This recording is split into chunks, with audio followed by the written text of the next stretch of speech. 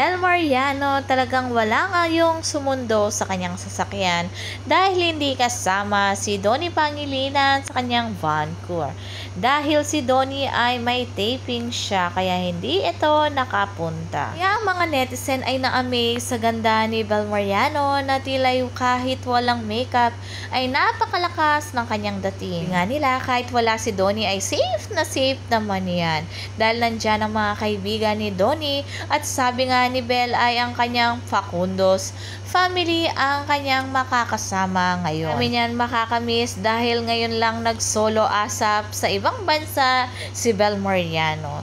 Dahil napaka-busy ni Donnie ngayon, hindi niya pwedeng hindi i-taping ito kahit na dapat kasama ito. Sabi nga nila, marami pa naman next time pagdating sa Don Bel.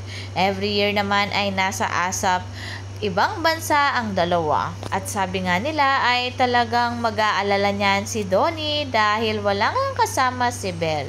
Pero hindi naman mawawala ang video call ng dalawa. Sabi nga ni Robby sa kanyang post ay na-late nga si Bel. Mukhang pinuntahan niya muna si Donnie bago ito pumunta ng airport. At syempre, magpapaalam muna siya sa kanyang boyfriend or mag-video call muna bago umalis. Naman natin ang Don Bel ay napakatatag pagdating sa relasyon.